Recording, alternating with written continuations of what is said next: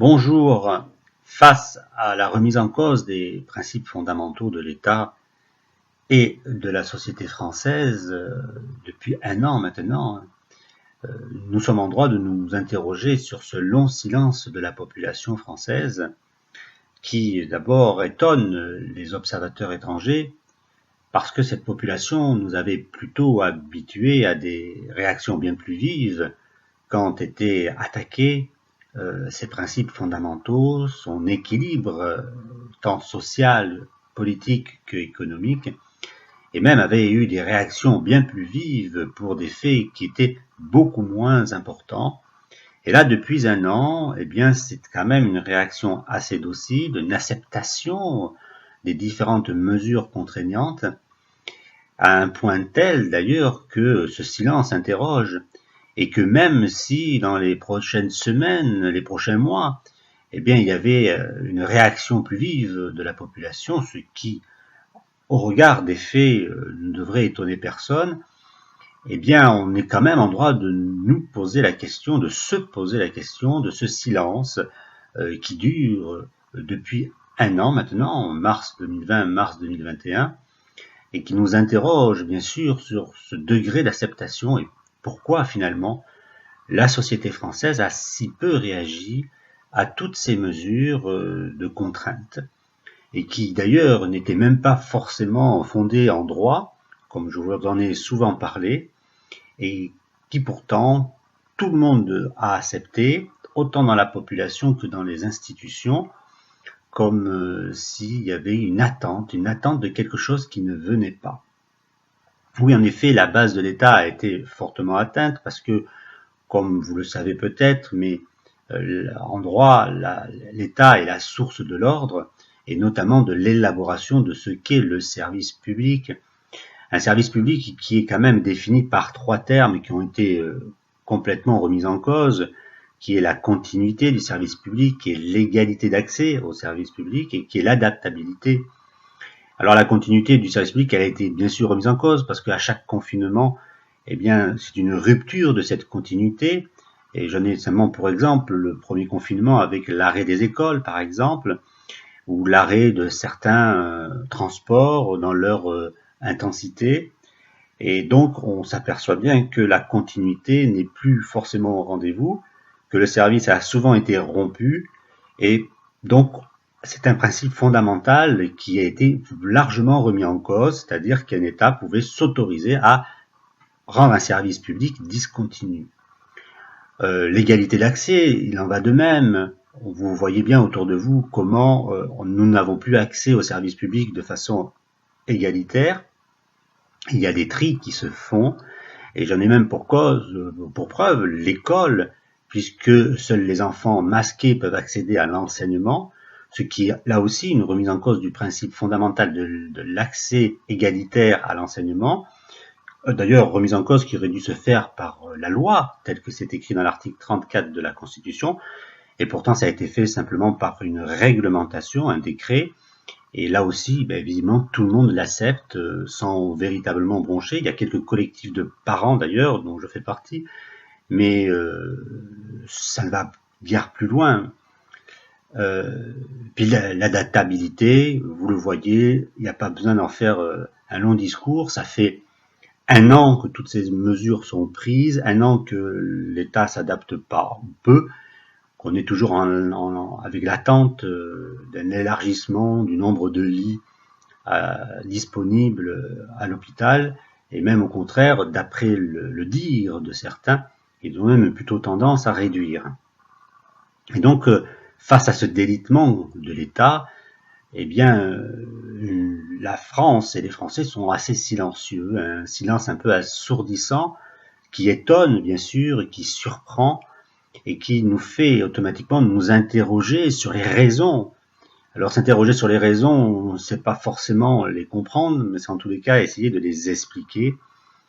Et j'en vois trois que je voulais dont je voulais vous parler pour qu'on prenne bien la mesure chacun par rapport à nous-mêmes de ce qui se passe. Elles sont pas exhaustives bien sûr, mais elles permettent néanmoins de poser des mots sur ce que nous sommes en train de vivre. Le premier fait, c'est, je pense que nous sommes dans une société qui est fortement atomisée. C'est même plus individualisé, c'est vraiment atomisé, où chacun se vit comme un atome isolé des autres, et où notre humanité s'arrête souvent à la porte de notre jardin, quand on a un jardin bien sûr, ou de notre appartement, et on a beaucoup de mal à agir tant que notre jardin n'est pas envahi. On a du mal à partager la douleur de nos voisins, on a du mal à nous investir dans des œuvres collectives, et même les œuvres collectives entre elles ont du mal à interagir entre elles pour pouvoir faire des manifestations unitaires. Je vous laisse voir comment, depuis un an, toutes les contestations se font chacune de leur côté, de façon isolée, et même quand vous allez à la rencontre des autres, qui, à mots couverts, des fois, même des fois de façon vive, partagent votre avis, ont du mal quand même à s'investir avec vous, parce qu'ils vivent justement la société comme étant un atome isolé,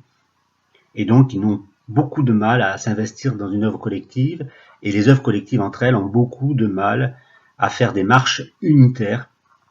Et ça, vous le verrez, c'est un constat qui a été largement révélé par nombreuses études sociologiques. L'autre fait, et je crois qu'il est lié précisément au fait qu'on vit une société atomisée, c'est l'espoir de s'en sortir. Beaucoup de Français, encore une bonne majorité je pense, ont l'espoir de pouvoir sortir leur épingle du jeu, et ils se disent que mal en ballant, entre se taire et parler, il faut mieux se taire, rester discret, et on pourra peut-être ainsi passer entre les gouttes de ce désastre qui s'annonce. Bien sûr l'espoir économique, mais l'espoir s'amenuise, je dirais, de jour en jour, puisque vous l'avez vu, rien que sur le chômage, les prestations vont à peu près diminuer de 20%, parce que c'est les moyens même de paiement qui vont commencer à manquer. Et moi-même, je vous en ai souvent parlé, j'attends deux choses aujourd'hui. Quand c'est d'abord que notre faillite va être officialisée, et on se demande d'ailleurs comment notre État peut encore tenir au niveau économique, et puis bien sûr les cessations de paiement. Alors réduire bien sûr le chômage de 20%, c'est une façon d'essayer d'éviter les cessations de paiement en réduisant la part à dépenser. Mais cela n'enlève rien. On dépense bien plus que ce que l'on reçoit en fiscalité. On imprime beaucoup de billets, c'est ce que j'avais appelé la politique de la planche à billets, et donc la France est énormément soutenue par l'Europe, mais je ne suis pas certain que l'Europe, et notamment les Allemands, vont vouloir continuer à soutenir la dette française. Donc le jour où malheureusement cela va s'arrêter, et ça commence à s'arrêter, parce qu'elle est en lien avec pas mal d'entrepreneurs, je sais que nombreuses aides qui touchaient il y a un an, ils ne les touchent plus aujourd'hui, et les crédits vont commencer à devoir être remboursés. Donc il va y avoir une pression économique qui va être de plus en plus forte. Donc pour l'instant, beaucoup de Français, notamment dans ces patrons, ont l'espoir de pouvoir tirer leur épingle du jeu. C'est pas gagné. J'espère pour eux, bien sûr, mais tant que cet espoir vivra, eh bien, beaucoup n'oseront pas agir parce qu'ils considéreront que la discrétion est souvent serait meilleure que le fait de devoir s'engager dans une œuvre collective, comme je vous ai dit avant, dans lequel on a du mal précisément à nous investir parce qu'on se vit de plus en plus comme cet atome isolé et qui peut passer justement comme ça entre les événements. Et puis enfin via Internet, je crois que c'est une dernière explication. Internet a profondément bouleversé notre société, notre quotidien, et beaucoup pensent que parce qu'ils mettent une vidéo en ligne, parce que ils vont mettre un post sur Facebook, parce que ils vont discuter ou dire ce qu'ils pensent en chattant, que ils ont agi concrètement pour changer la société. Faut pas oublier qu'Internet est avant tout qu'un objet de communication, et comme tout objet de communication, il doit communiquer des actions concrètes et réelles qui se font sur le terrain. Sa seule force, elle est ici. La communication ne peut pas s'arrêter à elle-même. Et pourtant, c'est ce qui se passe beaucoup. Beaucoup sont avec leur smartphone ou leur iPhone et ils pensent que le fait d'agir sur Internet, c'est agir finalement comme s'ils étaient dans la rue. Je pense que c'est une illusion quelque part de notre société et que ce fait Internet a profondément bouleversé notre société et notamment des générations, pas trop la mienne parce que moi j'ai grandi sans Internet puisque c'est arrivé alors que j'étais adulte, mais par contre tous les jeunes qui eux sont nés avec ont du mal à imaginer qu'il pouvait y avoir une société où il n'y avait pas Internet et où cette interaction qu'ils vivent à travers tous ces réseaux sociaux eh bien n'existait pas. En tous les cas, on ne vivait pas la vie associative comme cela. Et pourtant, il y a eu des mouvements de très grande ampleur et peut-être même encore de plus grande ampleur parce qu'on était quelque part obligé d'être sur le terrain, de rencontrer les personnes pour pouvoir agir. Voilà, donc tout ça mis bout à bout fait que les Français sont silencieux et malheureusement, comme tout silence qui dure alors qu'il ne devrait pas y avoir silence, on peut craindre quand ils vont se réveiller parce que le jour malheureusement où ça va se réveiller, ça risque d'être une très grosse crise de nerfs pour X raisons que je vais évoquer tout au long de mon propos, et notamment, malheureusement, surtout, je crois, par des risques de cessation de paiement de l'État, un défaut de l'État, ou alors tout simplement cette contrainte de plus qui fera que le ras-le-bol étant, la lassitude étant, eh bien la crise de nerfs explosera. Mais dans tous les cas de figure, on le sait, dans d'autres disciplines, le silence est toujours annonciateur, malheureusement, d'événements plus forts. Voilà, c'est ce que je voulais vous dire dans cette petite analyse,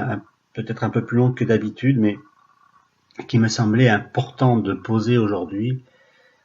parce que les choses ne vont pas forcément en s'améliorant, mais souvent il faut que les événements arrivent, que les événements naissent pour que les hommes se réveillent. Sur ce, je vous souhaite néanmoins une très bonne journée et à très bientôt.